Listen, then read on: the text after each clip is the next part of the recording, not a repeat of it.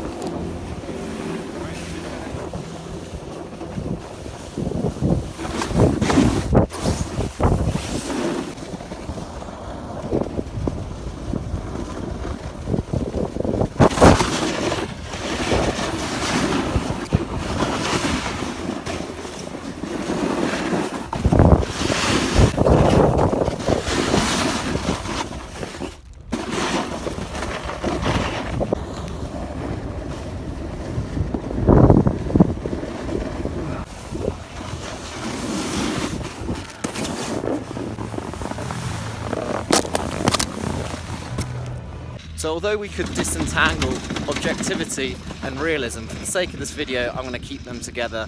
Moral realism in a sense of objective, real values in the world. So when I talk about morality, I'm appealing to your intuition about the good, the summum bonum as Plato would put it. Doing things for ethical reasons or helping others. This is what I mean by morality. It's a very intuitive concept, and just going by the basic instinct you have for it is the best way to go about this. The objectivity is a bit of a trickier term to define. So there's lots of ways we can go about it. I'll start by saying what it isn't. So objectivity does not mean a degree of certainty. It also doesn't mean just independent of people. Say there's a certain fact about certain tribes or indigenous people to a certain colony. You could say that fact doesn't exist if that indigenous tribe didn't exist. But that doesn't mean the fact wouldn't be an objective fact. Say the height of Ethiopians compared to Australians, for example. That's still an objective fact, even though that fact wouldn't exist if the people didn't exist. So we can't similarly say morality is an objective, because if people didn't exist, then there would be no morality. I would say objectivity is that which exists in virtue of itself, and importantly, not in virtue of its interpretation or perception of it. And therefore I would say subjectivity is something that would exist in virtue of its perception or its interpretation. And I would add one caveat to this definition, is that things can be objective without a physical instantiation. So take for example a massively large number, such a large number that there's no quantity of those things in the universe. Take for example a number like tree 3. This is one of these huge numbers that we can barely compute. So this number would still exist even if there was not this number of things in the universe to exist, not this number of atoms, not this number of Planck scale quantities.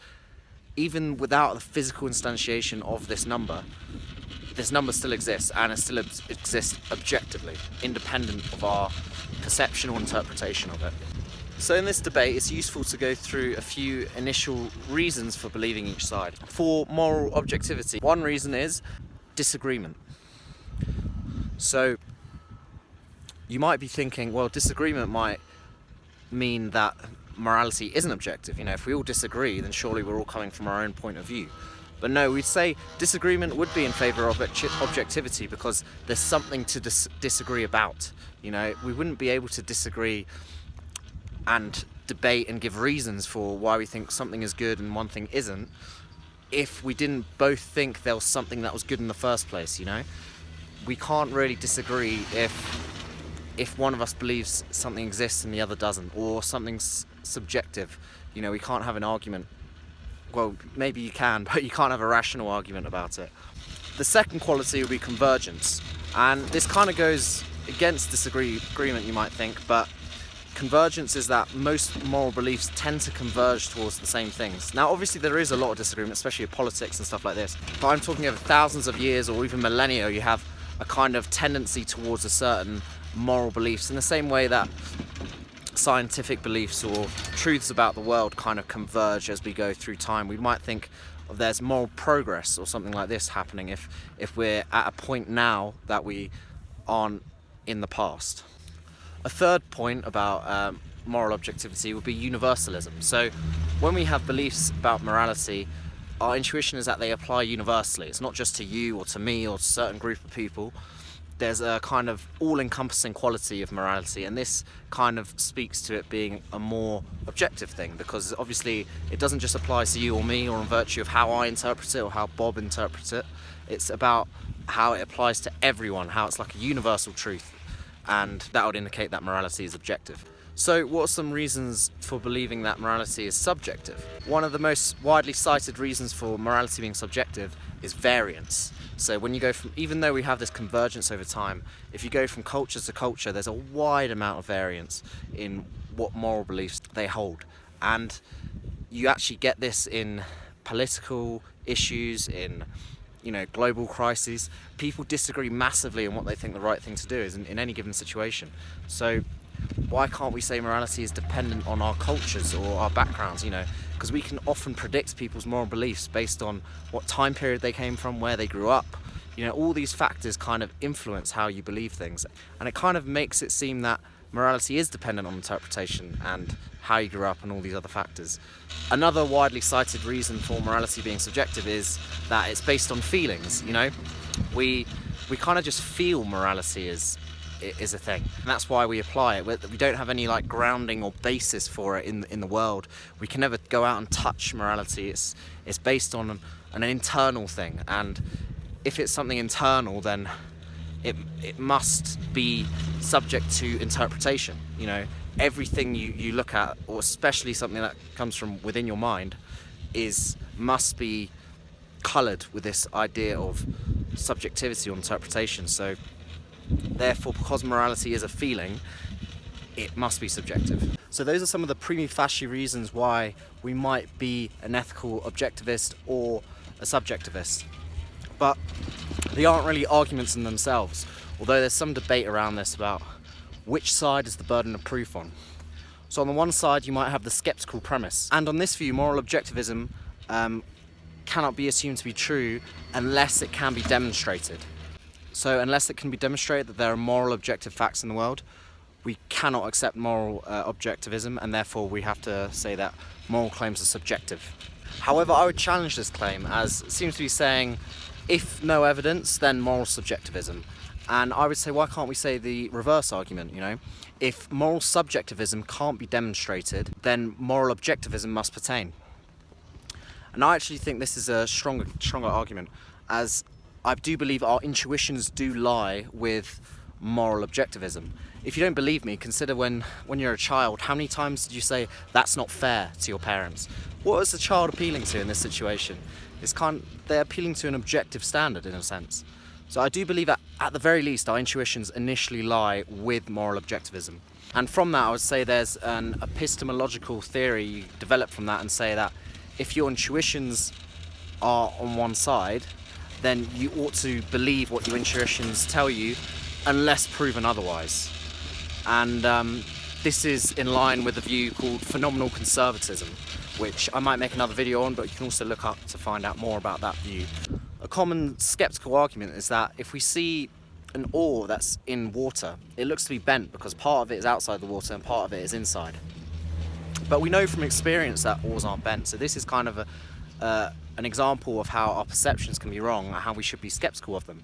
But at the same time, we only know it's not bent because we're relying on our other sense perceptions, such as feel or something else. But the point is, we should rely on our sense perceptions unless we have evidence to the contrary, such as in this example.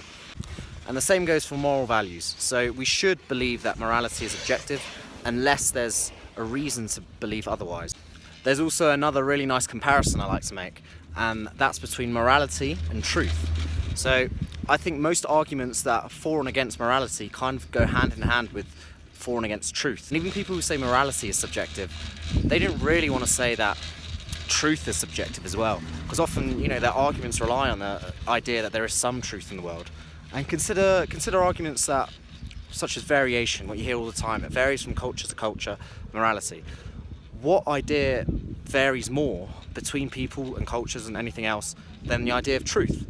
Everyone has their own view of what they think is true, what they think isn't true, but we still believe truth is objective, even though there's a myriad of interpretations on it. Many ethical subjectivists would see this similar vulnerability between, say, truth and morality, as you can see in this clip with Cosmic Sceptic. I'm becoming increasingly skeptical of the distinction between thinking and feeling. At least in most scenarios, what's being styled as thinking is actually a form of feeling, or belongs in the category of emotive expression. Kind of like emotivism about ethics, but emotivism about even philosophy in general, even non-emotive statements, such that when we say, well, we have a reasonable belief that we should be vegan or something like this, but must it be the slave of the passions? Must there be some other motivating factor that you kind of tack onto it? But it's possible that what we're describing as reason is actually reason in the sense of motivation, like the reason to get out of bed or the reason that I go vegan or something like this. Furthermore, I also hear the argument that if morality was objective, it's a bit like everyone agreeing that the colour blue is good, for example. But I think this is confusing our intuitions. It doesn't just mean we like it and it's on par with anything else we like and therefore must be subjective. It's more, we can recognise a difference in liking something that is universalisable or something that isn't. And this is similar to the difference between primary and secondary qualities, if you remember in my video before. I think if we properly analyse our intuitions, we know that there's a difference between these, and that ethics is a bit more like truth in this regard. And another argument I hear a lot is about ethical subjectivists trying to have their cake and eat it too. So they're trying to deny that morality is objective, but still maintain that we can have debates or discussions on morality and convince each other of changing our mind on moral questions. Many would appeal to the fact that we happen to share the same subjective like. So it's like we happen to both like the colour blue. I think this kind of argument misses a key point, because you're trying to argue why they should like a certain thing rather than why they should do a certain thing regardless of whether they like it or not. Morality has this quality of it that it's almost like a duty, that you have to do it even if you don't like it, even if it doesn't accord with other beliefs you have. Morality kind of trumps these kind of things, and arguing from a sense of your beliefs and what should be consistent view for you is putting the cart before the horse in a way. Saying you should believe that certain moral claims, whether it's good for you or based on another belief you have, but it's not actually saying that you should do certain moral things. You can believe that proposition P without proposition P actually pertaining. And I think this is misleading and flies in the face of what we think morality actually is, especially in terms of universalism of moral claims. So in conclusion, morality is objective because it seems to be true, and we shouldn't disregard our intuitions, especially on morality, unless we have good reason to. And in this case, I don't think there is good reason to believe that morality isn't objective. We don't have evidence to the contrary. So this brings me to my media moment, and there's lots of different avenues I could go for this one. You could go for morally grey kind of themed media, such as Heat, or Breaking Bad as a classic, or a modern example would be Andor, the TV show. These all feature morally grey characters and subvert the classic trope of morality, of the good guys versus the bad guys, and it shows that there's good and bad in all of us, but it doesn't quite hit the theme of what we're talking about today. Really good candidates are books such as 1984, which questions the objectivity of the world and who has a say, and it's a lot about authority and stuff like this. Another example would be Brave New World, which is kind of harkens back to traditional morality and very good idea of how society disregards morality. Crime and Punishment also hits a lot closer to home, because it's about whether we can form our own morality in a kind of Nietzschean sense, and whether it's up to us or whether it's outside of us. Do we submit to the morality, or do we decide what's good or bad? But for my media moment, I'm going to go for Slaughterhouse-Five by Kurt Vonnegut. This is a story that's like a sci-fi story, but that's also about the bombing in Dresden, and it takes place it jumps in different time periods. So this soldier goes through a kind of horrific experience through the war, and it kind of plays on the apathetic heartstrings of those who go through war and can no longer feel much emotions, and based on the moral hardship they go through. And this is brilliantly paired with a kind of sci-fi trip to outer space where he gets kidnapped by aliens called Tralfamadorians, and they have a conception of like human beings as being very small and concerned with silly things as well as time. They think time, they see all of time at once, whereas human beings just are trapped inside and always worrying about the future. This is I think this applies well because it's kind of the idea of comparing objectivity and subjectivity, and it also has a nice apathetic spin on it, which is like a modern moral thing where morality is subjective and we shouldn't care. Obviously I disagree with this, but I think it's a very good example of moral subjectivism in a broader sense. It kind of couples this view of a view from no one, you know, kind of, that's what a lot of people say objective view is, and they have this view of time as a view from no one because they see all of time at once. And this is coupled with like the apathetic side of war. It's a nice comparison between morality and objectivity. Thank you for listening to Chairlift Philosophy. Hope to see you again next time, and don't forget to like and subscribe.